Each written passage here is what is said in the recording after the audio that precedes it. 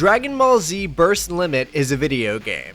It fills all of the base requirements for being considered a complete video game home console release, and it was these incredible attributes that have led it to being known as one of the Dragon Ball games of all time. My point is that Burst Limit is mediocre. In fact, I've seldom encountered a title in my time as a small niche video game YouTuber that fits the definition of the word mediocre as accurately as this one does. It's acceptable, adequate, average, but most of all, it's disappointing.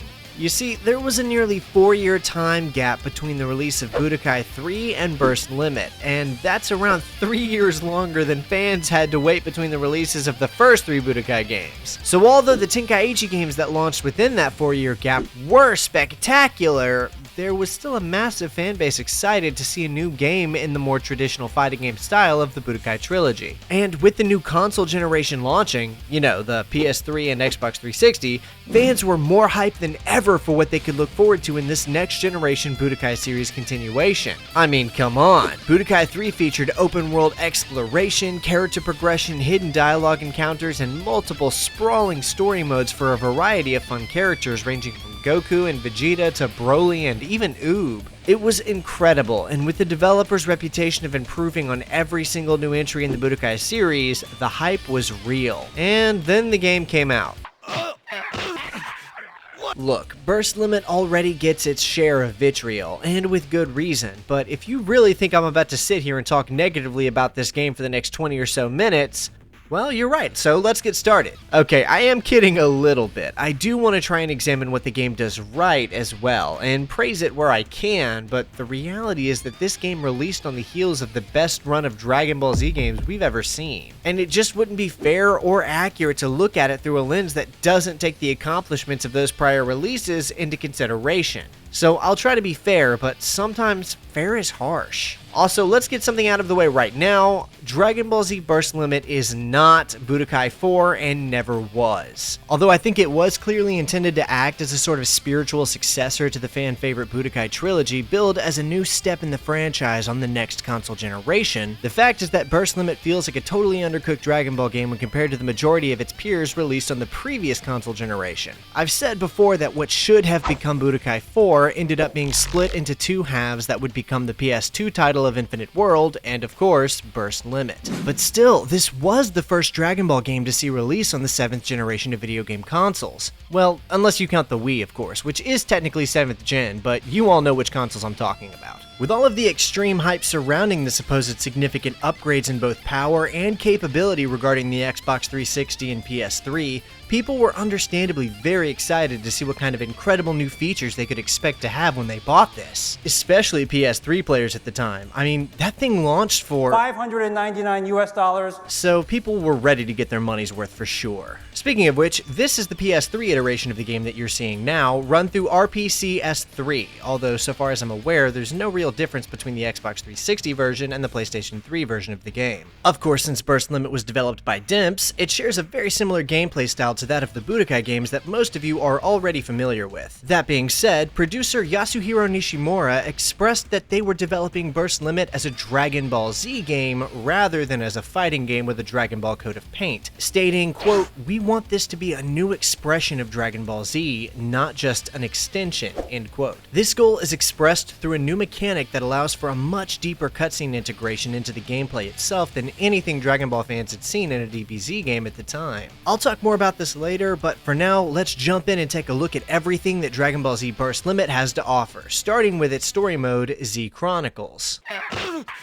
Now, by the time Burst Limit began development, it had become common practice to include a fun and fleshed out story mode featuring some kind of unique spin on how players could engage with the iconic Dragon Ball narrative. There were a few exceptions to this idea, of course, like Dragon Ball Z Taiketsu or Super Dragon Ball Z, but for the most part, every new DBZ game almost seemed like it was trying to one-up whichever game came before it. So with that in mind, surely Burst Limit was ready to step up to that plate and has something fun and exciting to show off, right?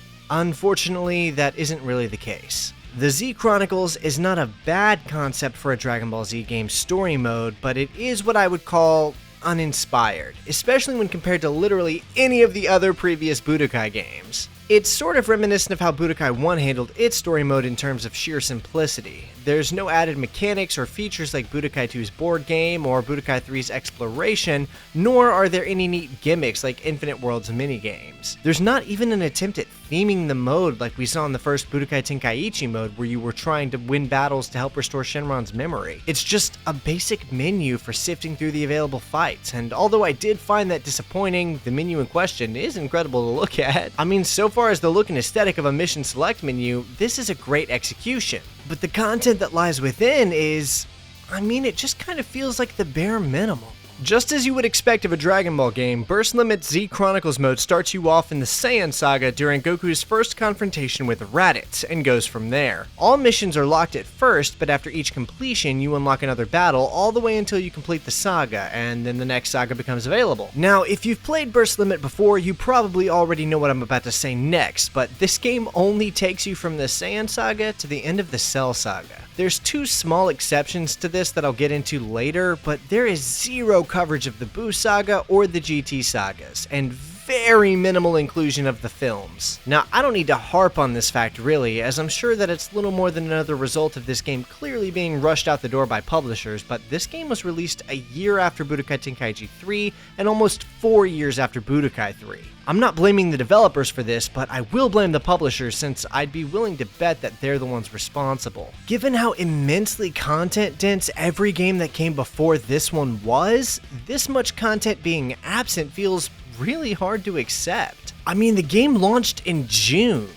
Why? Most games launch closer to the end of the year, including a huge handful of previously released DBZ games. Even Infinite World dropped in November, so what was the rush to put this one out in June? The only thing I can fathom is that they were trying to avoid conflicting releases cannibalizing another title's sales, possibly even Infinite World, but that's just pure speculation on my part. Hindsight is 2020 after all, and I have no idea what their reasons for putting this out in June of 2008 were at the time, but looking at it now, I can tell you that this game could have absolutely used a few more months of development time, and 4 or 5 extra months would have probably made a huge difference. Anyway, back to the Z Chronicles mode. The Saiyan Saga features all of the fights you would expect to see, but is missing a handful of smaller encounters, which is fine with me. Not every game has to be a hyper-comprehensive list of every single fight in the series like Tenkaichi 1 and 2, although we can see right away where a huge portion of the time and budget went here.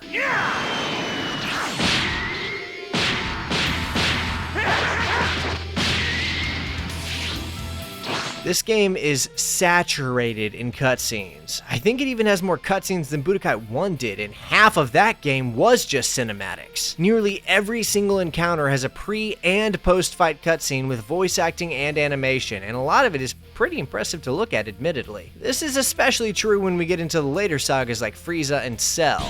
I'm truly angry! Frieza!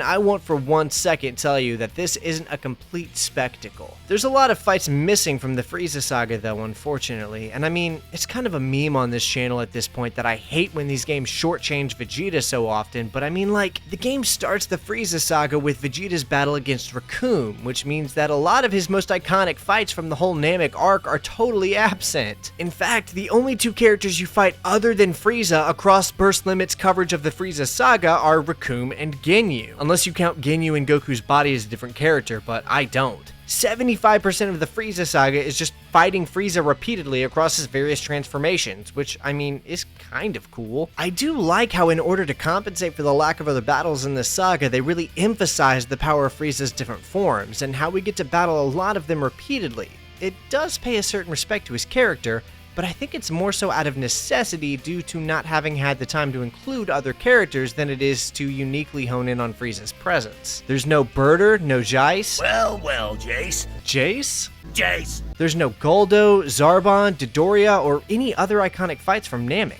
Just Recoome, Ginyu, and then Frieza. The Cell saga is similarly sparse, and actually even a little bit confusing. We start this saga off with a battle between Goku and Team Gohan. The description says that they're training for when the androids arrive, so shouldn't this still be Kid Gohan? He didn't look like this until after the hyperbolic time chamber training before the Cell games, so why didn't they use his Kid Gohan model? I mean, it's already in the game. Also, this is a strange fight to start the saga off with, and if you're wondering why they did it this way, it's because they didn't include Android 19, so his fights are missing.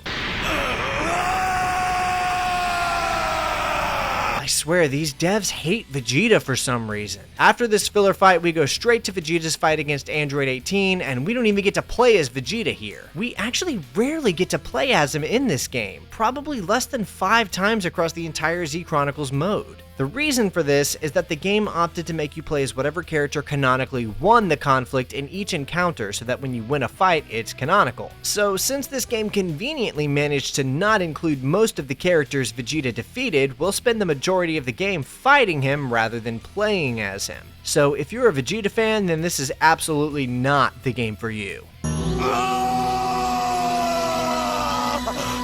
After the 18 fight, we get a few of the expected conflicts like Piccolo versus Android 17. Twice, actually. One where you play as 17 and Piccolo loses during their first confrontation, and another after he fuses with Kami and you get to play as Kamikolo!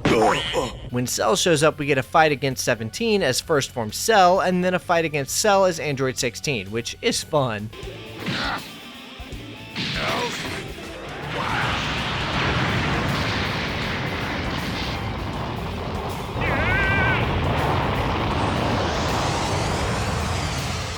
They still hadn't figured out how to deal with Cell having different voices in the US, so all of his forms have the perfect Cell voice. Tien mains are eating at least, we never miss his beatdown on second form Cell. Finally, we get to knock Cell around as Super Vegeta, and of course that's always one of my favorite parts. And the way they handled the super transformations in this game is great, actually. They even nailed its look, in my opinion. I don't need to do a whole play-by-play of every fight, you get the picture. The only other out-of-place fights from here on out are the Goku and Teen Gohan fight and Vegeta vs Trunks fights, as they train to fight Cell for the Cell games, and I only say that because they both take place randomly in the mountains instead of in the hyperbolic time chamber. This is because, for some very odd reason, the game's hyperbolic time chamber map cannot be accessed directly, and you have to knock your opponent into a stage transition to get there. Why?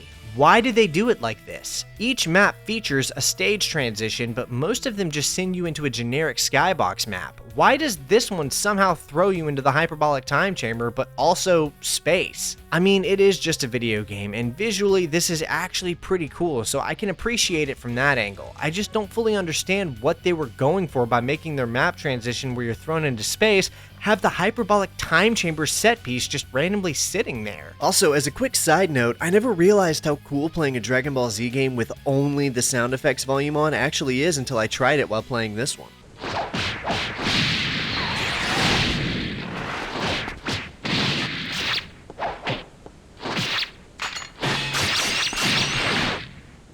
Anyway, Gohan does his signature father-son Kamehameha wave, kills Cell, and ends the game. Isn't he supposed to be Super Saiyan here? And then the credits roll. If they already had the models for Trunks and Mecha Frieza, then why not just put that fight in the game? I didn't skip over that, it's not there. I don't get it. Anyway, this isn't actually the end of the game because there's still 2 what-if scenarios to talk about. Burst Limit really doesn't offer any movie story coverage, but it does bring in 2 movie-based characters in the form of Bardock and Broly. These aren't playable versions of their respective film plots, but rather fun what-if stories instead, which I'm fine with. I think these are cool. The Bardock story starts with him beating Frieza in their conflict, and how after doing so he is shifted through time and space, waking up on Earth. Where am I? After this, Bardock is given the chance to fight against a number of the Z Warriors, one-on-one, starting with Krillin. You're not Goku! And then he gets to meet and fight Vegeta, and Vegeta even recognized him, which is such a nice touch, honestly. But he should be dead! Then lastly, he gets the chance to meet and face off against his own son. Kakarot, is it really you? I wanted to see how strong you've become. The son of a lower-class warrior. Brilliant scientist! Huh? You know about me? Just who are you? Well, I'm sure you'll understand after we fight.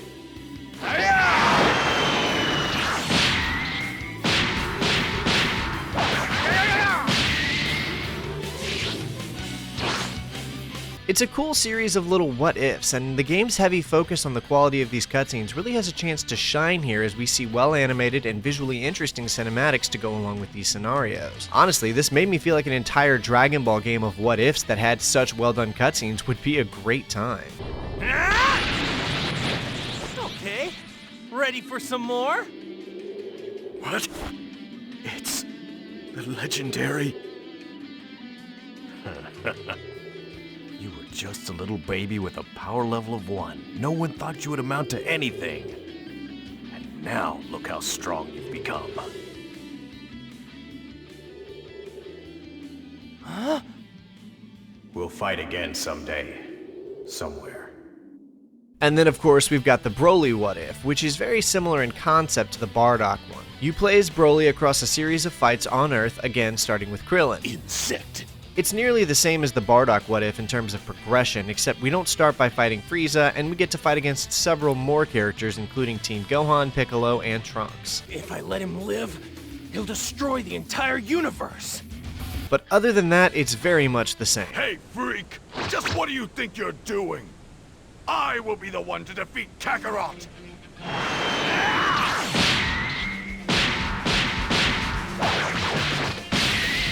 And at least they gave Vegeta some dignity back for this Broly encounter after what they did to him in that first film. Or maybe I've just become too strong for you.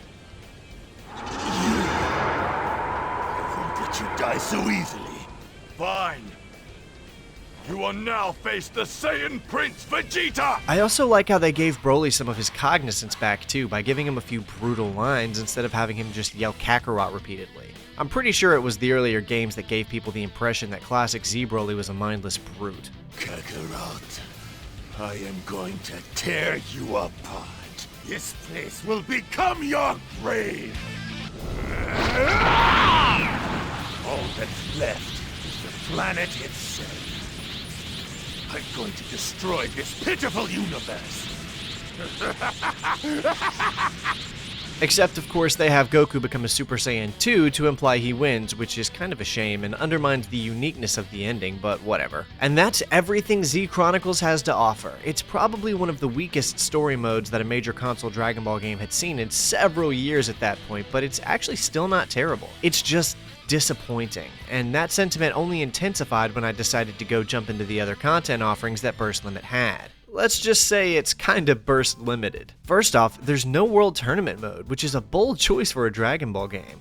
I guess Infinite World didn't really have one either, and it's not like it would have been anything we hadn't seen before, but still, it feels kind of strange not having it. Especially since once you complete the Z Chronicles mode, there's really not much else left to do with the game. Don't get me wrong, there are a handful of bonus modes, but in my opinion, they're really not very compelling. Technically, there's 3 bonus modes for you to play with, all selectable under the Trial Mode menu.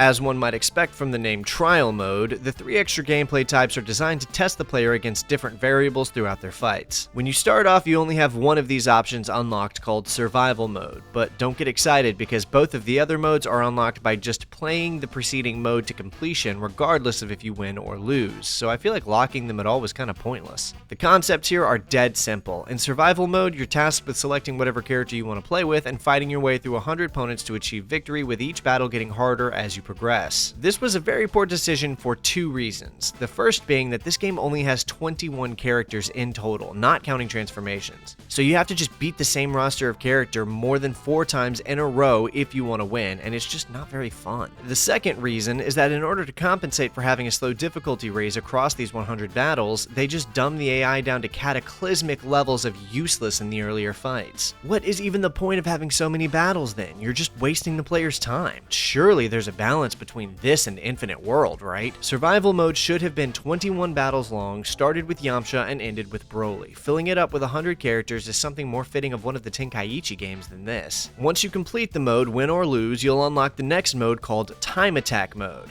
It's the exact same thing as the previous mode, but with 10 opponents instead of 100 and a time limit on each match. That's it. The addition of online leaderboards probably made this mode significantly more appealing at the time, since you could go up against both your friends and the world in pursuit of better completion times. However, it has aged out of having any real fun factor. The same goes for the third and final option called Battle Points mode, which is the same 10-opponent battle mode that just adds a score counter to your battles to collect points as you play each match. I feel like the fact that this game had the benefit of the PS3's online capabilities made the devs lean way too heavy on expecting players to just play online matches and compete on leaderboards. There's a real lack of compelling content here. And speaking of lacking content, 21 characters? That's the lowest character count of any mainline Budokai game. If you count the Shin Budokai mobile games, then technically they do have even less characters than this, but they were also designed to run on handheld consoles in the early 2000s. Burst Limit was designed to run on the PS3 and Xbox 360. I mean, the very first Budokai game featured 23 characters. Hell, it even had Android 19. So how does Burst Limit only have 21? There is kind of an upside to the low character count that I'll get to in a minute though, so don't start attacking me just yet, I'm getting there. Even with the shockingly low character roster, it's also got the least amount of stages that I've looked at so far. 5. It has 5 selectable stages to play on. Now, of course, that does seem like a bit more when you take into account the stage transitions, but there's only like 2 of those.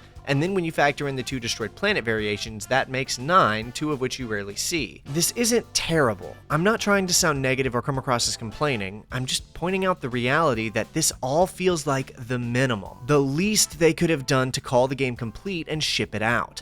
This game cost $60 on release, by the way. If it had launched for like $30, I'd probably be going a bit easier on it, but they really charged people $60 for a 4-hour story mode and a few cheap bonus modes. I'm actually not joking when I say you could complete every single thing in this game in about 6 hours. And I know you don't always judge a game based on how long it takes you to complete it, but by how good the experience is, and I'm telling you that this experience is like playing a slightly prettier, stripped-down version of Budokai 3. So since I've lambasted the harsh realities of this game's shortcomings, let's talk a little bit about what does work here. The gameplay feels incredible. The matches that I did play were great, albeit insanely easy. This was probably the easiest Budokai-style Dragon Ball game I've played yet by a long shot, but even still, the gameplay felt great. Each character controlled super well, every move was responsive and smooth, and from the time I started playing to the time I was done, not once did I encounter something that felt broken or unfairly frustrating. I have to admit that everything felt incredibly dialed in to maximize the player's chances of just having a great time. This core experience is incredible. There's just not enough of it. As for the silver lining to the limited player roster, a lot of the different characters actually feel unique to play as and not like reskins of each other. Even the height of each character matters in combat, like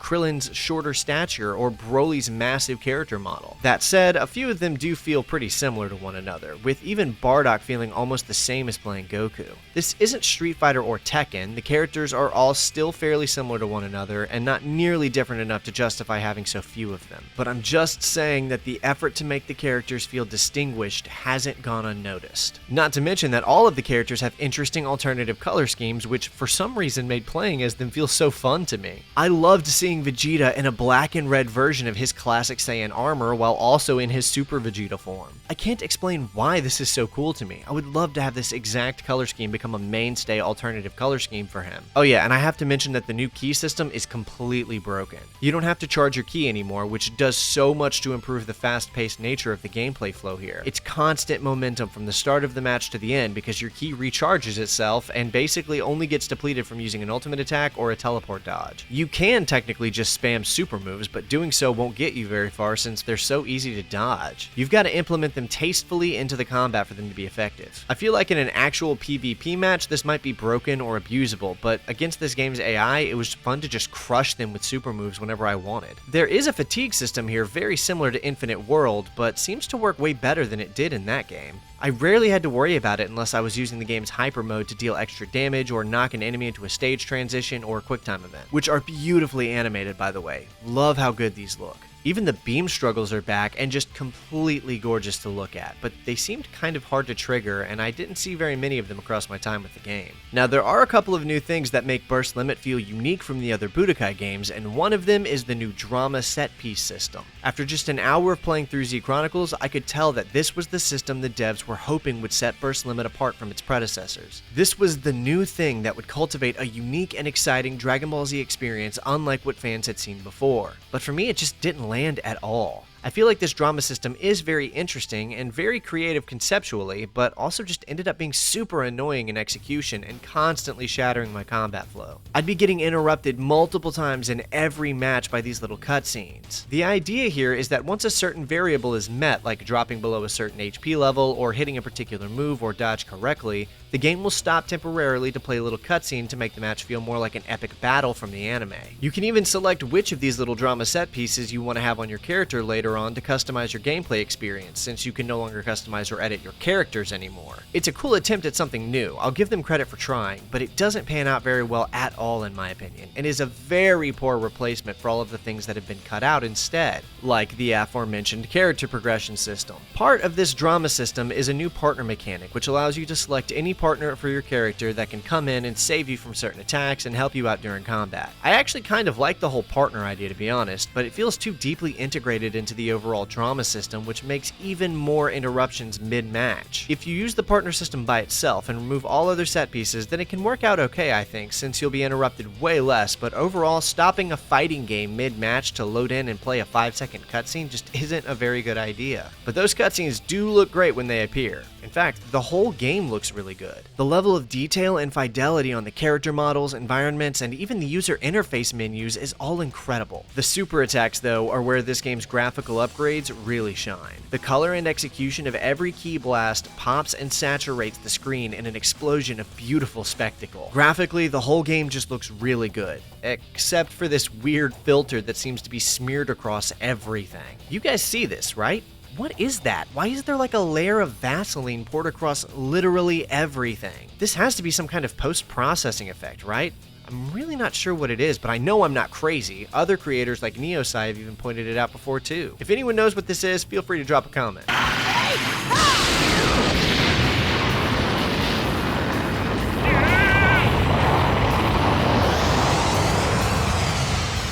Dragon Ball Z Burst Limit is actually a really fun game, but it's just so bare bones in terms of offerings and lacks so much in the way of content compared to its predecessors that it almost feels like an insult to its own potential. I'm gonna go out on a limb and guess that this is the result of deadlines and crunch. If Burst Limit had been given a 6-month delay or something, I'm confident that we would have seen a Burst Limit 2 down the line, which of course we haven't gotten. I suspect that co-developing both Burst Limit and Infinite World at the same time did a lot to diminish the overall scope of both games, but that's really just my speculation. One thing that I'm happy to report didn't suffer from the game's crunch deadline is the music. Back again from previous entries, Kenji Yamamoto delivers possibly one of his best scores to date with this one.